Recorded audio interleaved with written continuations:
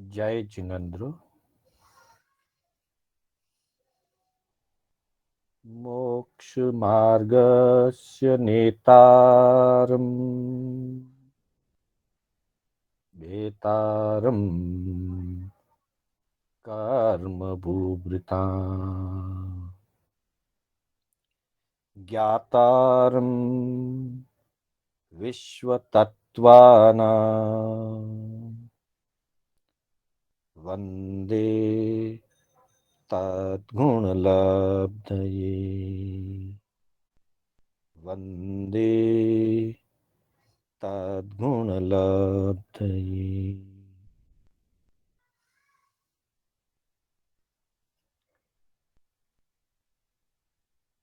चरम तीर्थंकर श्रमण भगवान महावीर को वंदन। प्रभु की परंपरा में विचरण करने वाले परम आदरणीय, परम उपकारी समस्त चारित्र आत्माओं को वंदन। धर्म प्रेमी बंधुओं, सुशील माताओं, बहनों, श्री कर्नाटक जैन स्वाध्याय संघ बैंगलोर के तत्वावधान में आयोजित जिन वाणी सार की आज 65वीं कक्षा है। मैं आप सभी का हार्दिक स्वागत एवं अभिनंदन करता हूं। बंधुओं, हमारी कक्षा अलग अलग धर्म ग्रंथों एवं आगम वाक्यों पर आधारित चल रही है। प्रस्तुत में हमारा विषय सम्यक तप आराधना से संबंधित चल रहा है। आज हम जिस स्वरूप की चर्चा करने जा रहे हैं वह स्वरूप है जैन सिद्धांत सम्मत तप साधना सूत्र। अर्थात जैन दर्शन में तप आराधना के संबंध में क्या दृष्टिकोण है, तीर्थंकर भगवंतों का और जिन वाणी के आधार पर जिन महापुरुषों ने, जिन आचार्य भगवंतों ने उसका रहस्य बताया है, उनका क्या मंतव्य है, क्या संदेश है। साधना किस प्रकार होनी चाहिए, उसकी चर्चा हम आज करने जा रहे हैं। बंधुओं, तीर्थंकर भगवंतों का यह निर्देश है कि जो भी व्रत, नियम, तप अथवा किसी भी प्रकार की साधना कोई भी साधक जब साधना करता है तो अपना मनोबल, अपना कायाबल और अपना सामर्थ्य, इसकी योग्यता को देख करके अपने लिए साधना का निर्धारण करना चाहिए। किसी भी प्रकार की साधना करते हुए हमारे मन में और हमारे शरीर में असमाधि उत्पन्न नहीं होनी चाहिए। साधना समाधि की हेतु है। साधना से अंतर में प्रसन्नता प्राप्त होनी चाहिए, सहजता प्राप्त होनी चाहिए, सरसता प्रकट होनी चाहिए और समता भाव का विकास होना चाहिए। यह मूल दृष्टिकोण साधना के साथ लगा हुआ है।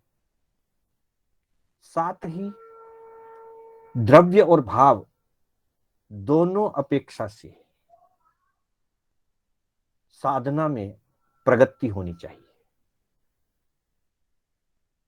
भाव रहित द्रव्य का महत्व नहीं है और द्रव्य के बिना भावों की स्थिरता दीर्घ काल तक नहीं टिक सकती है। इसलिए द्रव्य और भाव दोनों अपेक्षाओं को ध्यान में रख करके साधना का क्रम आगे बढ़ना चाहिए। तप के संदर्भ में अगर देखें तो बाह्य तप और आभ्यंतर तप, बाह्य तप द्रव्य रूप है, आभ्यंतर तप भाव रूप है। दोनों का समन्वय होने पर सम्यक आराधना होती है। इसीलिए निशीथ सूत्र के भाष्य में आचार्य संगदाश गणी का कथन है, इंद्रियाणि कसायेय गारवेय किसे कुरु नो वयम ते प्रशंसामो किसम साहु शरीरगम। अर्थात इंद्रिय विषयों का, कषायों का और गारव, गारव यानी गर्व जिसको कहते हैं, घमंड या अहंकार, अर्थात तप आराधना करते हुए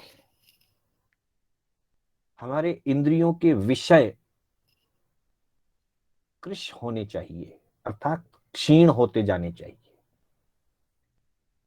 तप आराधना करते हुए हमारी कषाएं, क्रोध, मान, माया, लोभ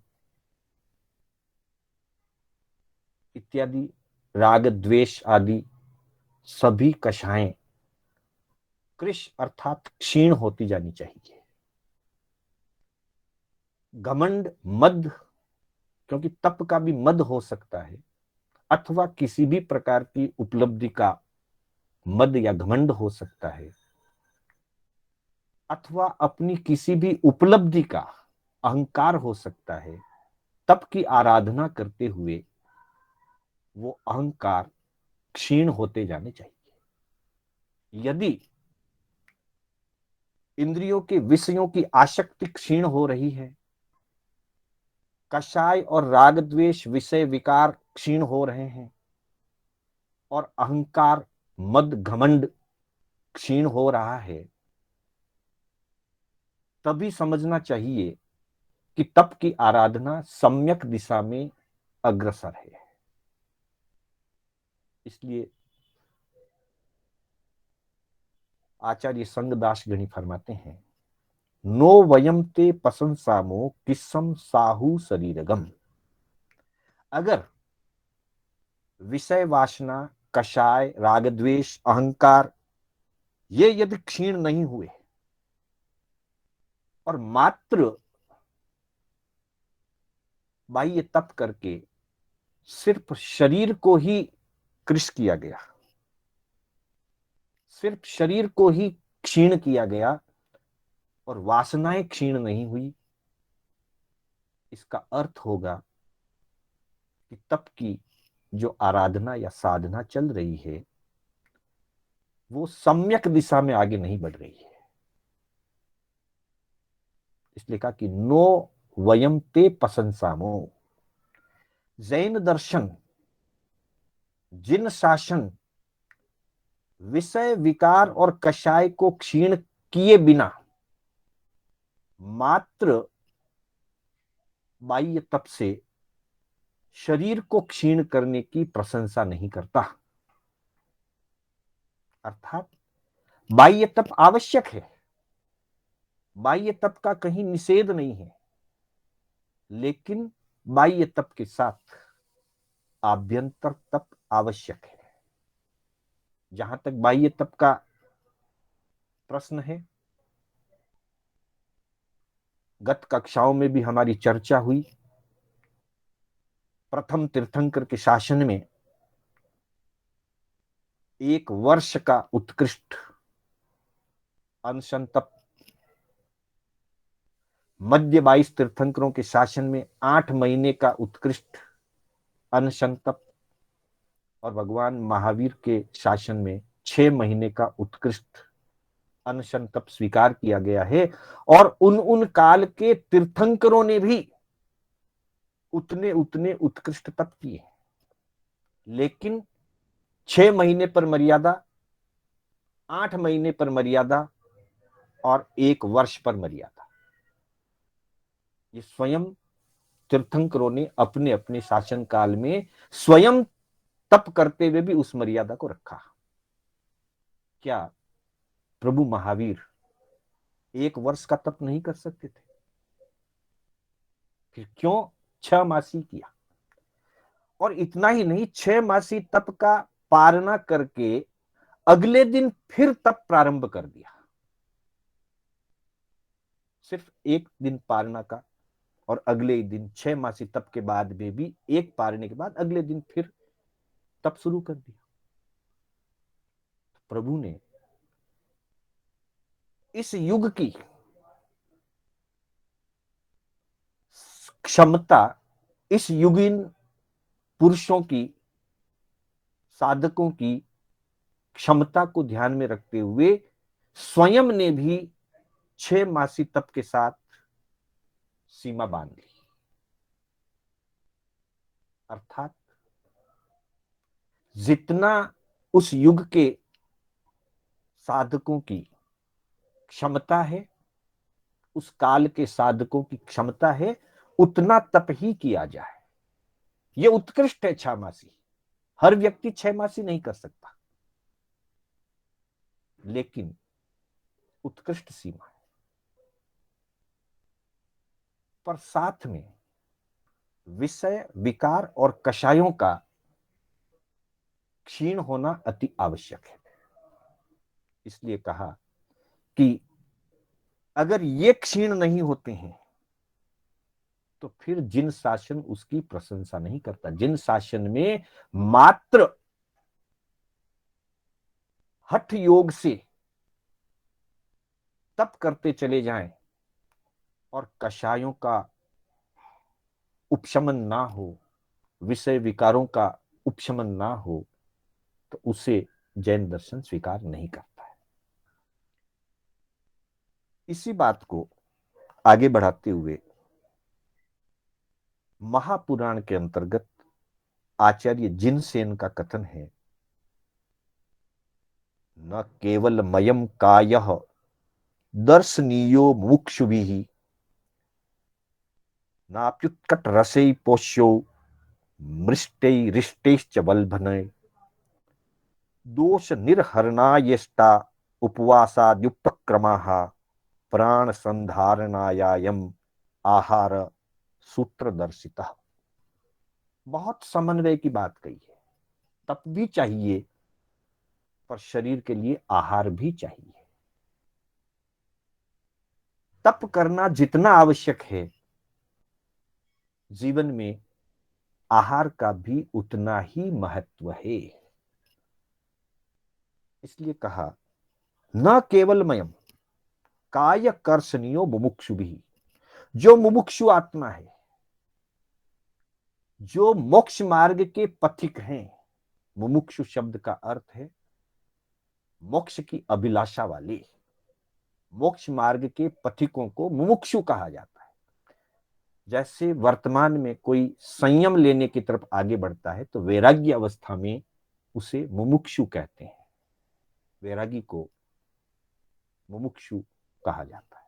अर्थात संसार से मुक्त होने की जिसमें अभिलाषा जग गई है, संसार को त्यागने की जिसमें अभिलाषा जग गई है, और संयम मार्ग पर, मोक्ष मार्ग पर जो आगे बढ़ना चाहता है, वो मुमुक्षु कहलाता है।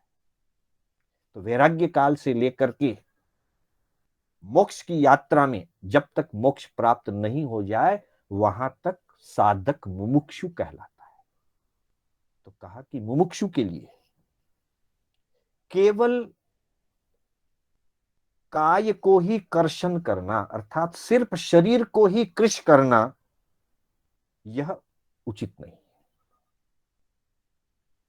बल्कि साथ में यह भी कह दिया कि न तो उसे एकांत रूप से शरीर को कृश करना है, और न ही उत्कट रसे, न अपि उत्कट रसे पोष्यो मृष्टै रिष्टेश्च वल्भनी। सुस्वादिष्ट रसीले पदार्थ, विशेष रूप से विगय, इस प्रकार के मन चाहे भोजन से इसको पुष्ट भी नहीं करना। शरीर को कृष्ण नहीं करना है, लेकिन शरीर को हष्ट पुष्ट भी नहीं बनाना है। अर्थात मुमुक्षु के लिए शरीर मुख्य नहीं है, मुमुक्षु के लिए मुख्य है साधना। अगर अत्यधिक हष्ट पुष्ट वाले आहार, पौष्टिक आहार, विगय वाले आहार,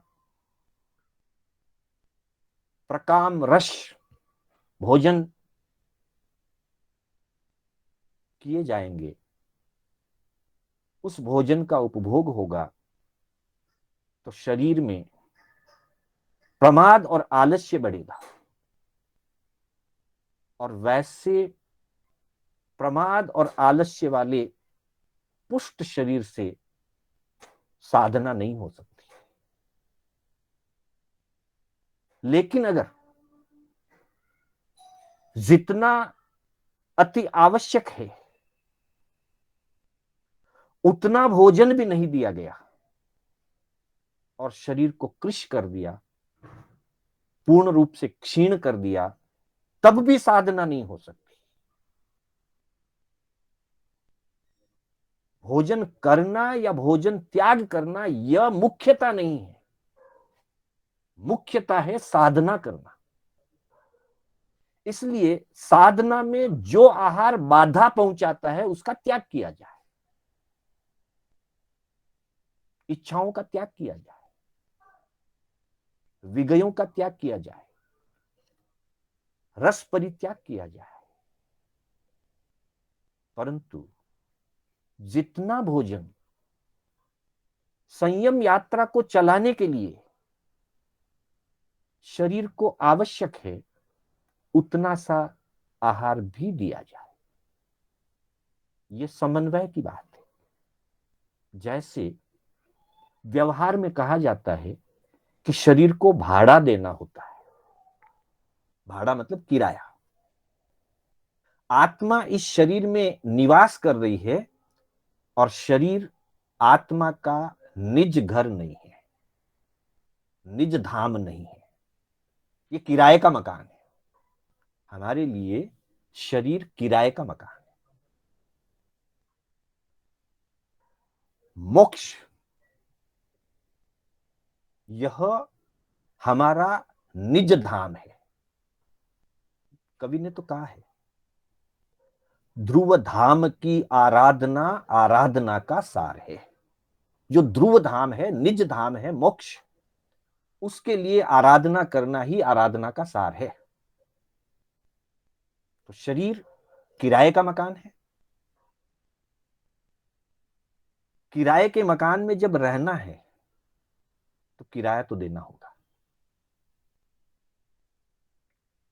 किराया कभी भी कोई व्यक्ति ज्यादा नहीं देता है। मालिक अगर 10,000 पूछे तो किराएदार 8,000 के, 9,000 के किसी लेवल पर निर्धारित करेगा। पर कोई किराएदार ये नहीं कहेगा कि चलो 15,000 ले लो। ठीक वैसे शरीर के लिए जितना रिक्वायर्ड है उसको उससे कम दिया जाए। किराया हमेशा मांगने वाला ज्यादा मांगता है और देने वाला कम देता है, तभी वो किराया है। लेकिन इतना कम कर दे, मकान मालिक ने 10,000 कहा और किराएदार पूछता है कि नहीं मैं तो 2,000 दूंगा, रीजनेबल नहीं है, उचित नहीं है। वैसी स्थिति में किराएदार हमको उस मकान में नहीं रहने देगा। ठीक वैसी भोजन यह शरीर का किराया है, बढ़ा चढ़ा करके नहीं दिया जाए, लेकिन मिनिमम जितना आवश्यक है कि जितने के बिना इस शरीर में आत्मा का टिक पाना ही संभव ना हो उतना तो देना होगा। इसलिए कहा कि उत्कृष्ट रसों से, पौष्टिक रसीले आहार से शरीर को पुष्ट नहीं करना है, लेकिन आहार बिल्कुल ना दे करके शरीर को नष्ट भी नहीं करना है।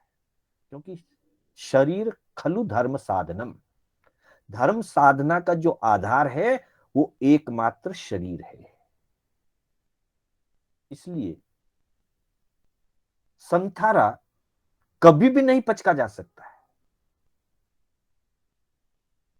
अपच्छिम मारणंती, जब एकदम वो अवस्था आ जाए कि अब और कुछ हो नहीं सकेगा और मृत्यु नजदीक आ रही है, तभी संथारा लिया जाता है। जब तक शरीर से ज्ञान दर्शन चारित्र की आराधना हो सकती है, वहां तक सीमित तप किया जाता है, फिर पारणा किया जाता है, फिर तप किया जाता है, फिर पारणा किया जाता है। अर्थात तप और आहार, आहार और तप, इन दोनों का समन्वय करके चलना होता है। इसलिए अगली गाथा में कहा कि दोष निर्हारण येष्टा उपवासाद्युपक्रमा, उपवास आदि जो भी उपक्रम है, उपवास, बेला, तेला, छोटी तपस्या, बड़ी तपस्या,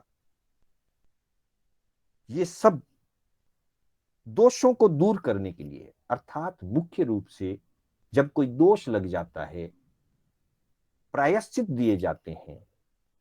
प्रायश्चित को उतारने के लिए भी उपवास आदि दिए जाते हैं।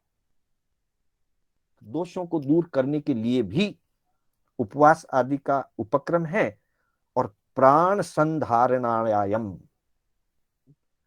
प्राण को धारण करने के लिए, अर्थात शरीर को टिकाए रखने के लिए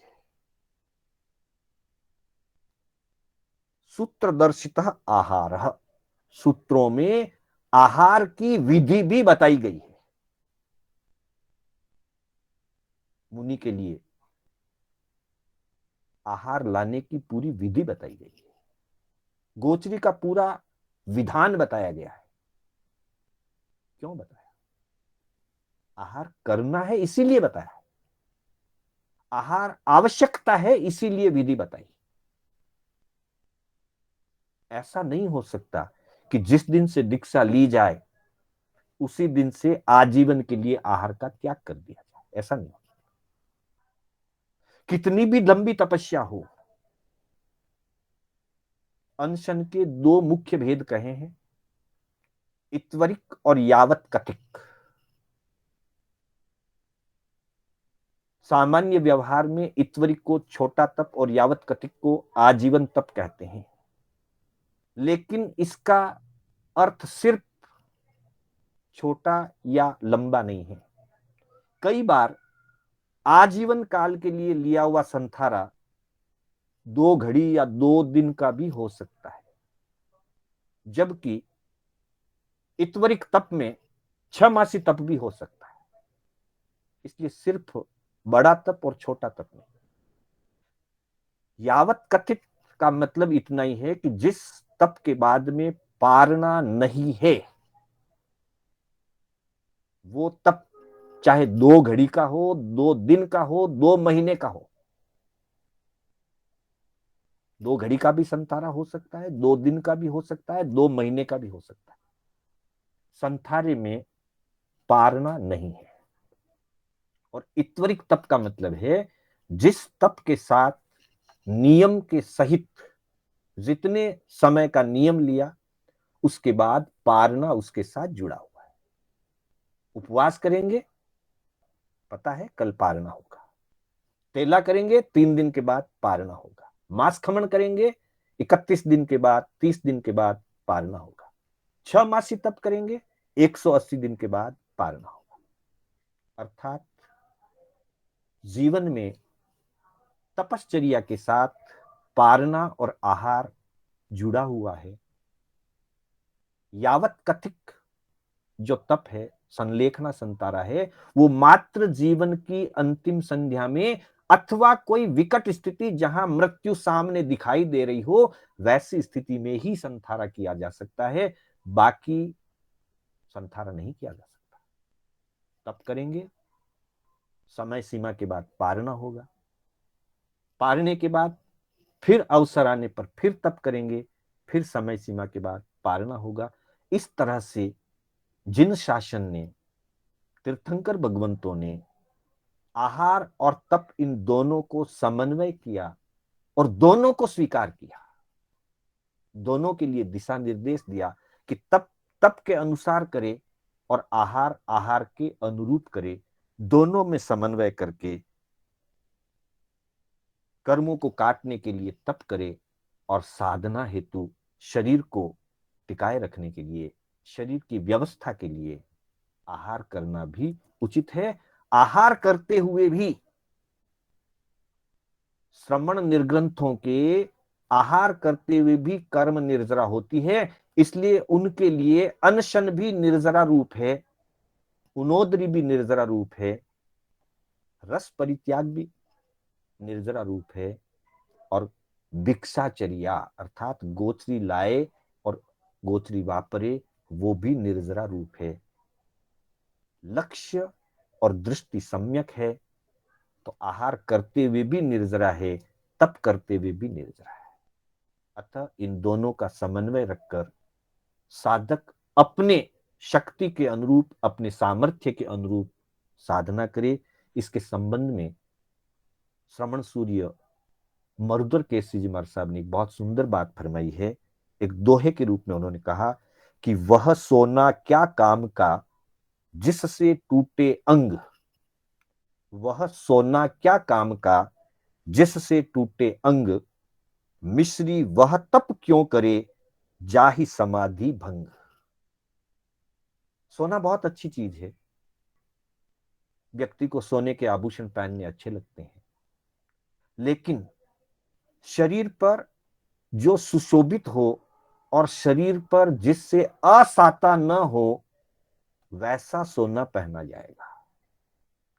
अगर कोई बहुत बहुत ज्यादा कड़क है, बहुत ज्यादा भारी है कि जिसके पहनने से शरीर में दर्द होना शुरू हो जाए, अंग अंग टूटने लग जाए, तो कहा कि वह सोना क्या काम का जिससे टूटे अंग। शरीर को अगर असाता पहुंचाए तो वैसा सोना पहनना काम का नहीं। ठीक वैसे ही मिश्री वह तप क्यों करे जाहि समाधि भंग।